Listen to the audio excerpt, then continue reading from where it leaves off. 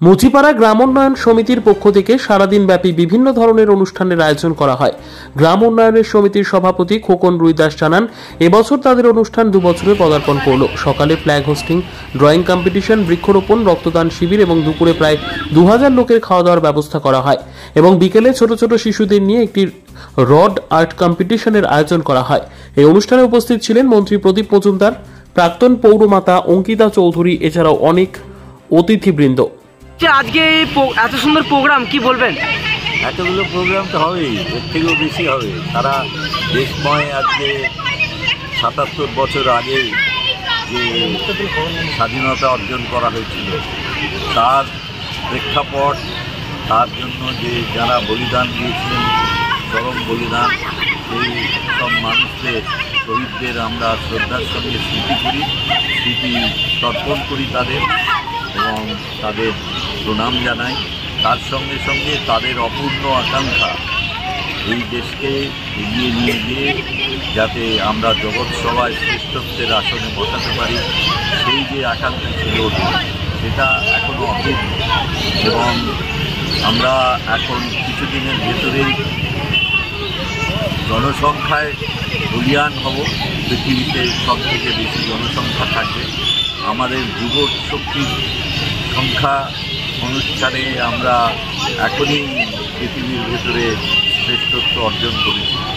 তাদের সকলকে উদ্বুদ্ধ করতে হবে যাতে সেই লক্ষ্যে এই যে যাদের স্বার্থ ত্যাগ এবং বলিদানের ভেতর দিয়ে আমাদের ইচ্ছিত স্বাধীনতা এসেছিল তা যাতে আমরা পূরণ করতে পারি, এই সচেতন করার এবং শহীদদের প্রতি সম্মাননা জানানোর এটি হচ্ছে একটা বিশেষ দিন। এই জন্যে সারা ভারতবর্ষ তথা ভারতের বাইরেও এখানে ভারতবাসীরা থাকেন, এখানে সব জায়গায় খুব সমারোহে আজকের দিনটা উদযাপিত হয়। দুর্গাপুর সেদিক থেকে খুবই প্রাণবন্ত।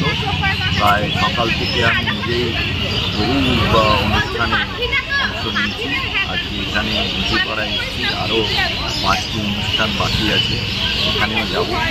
এই অনুষ্ঠানে সকলেই কিছু না কিছু তাদের সামাজিক দায়বদ্ধতা কথা মনে রেখে বিভিন্ন রকম সামাজিক কাজে লিপ্ত হয়। এখানে মুচিপাড়ায় আলপনার প্রতিযোগিতা করছেন, সকালবেলায় স্থানীয় শিল্পীদের নিয়ে যাদের আগ্রহ আছে সাংস্কৃতিক অনুষ্ঠান করেছেন। আমাদের সঙ্গে এখানকার স্থানীয় প্রাক্তন পৌরমাতা তিনি আছেন আমার ভাই,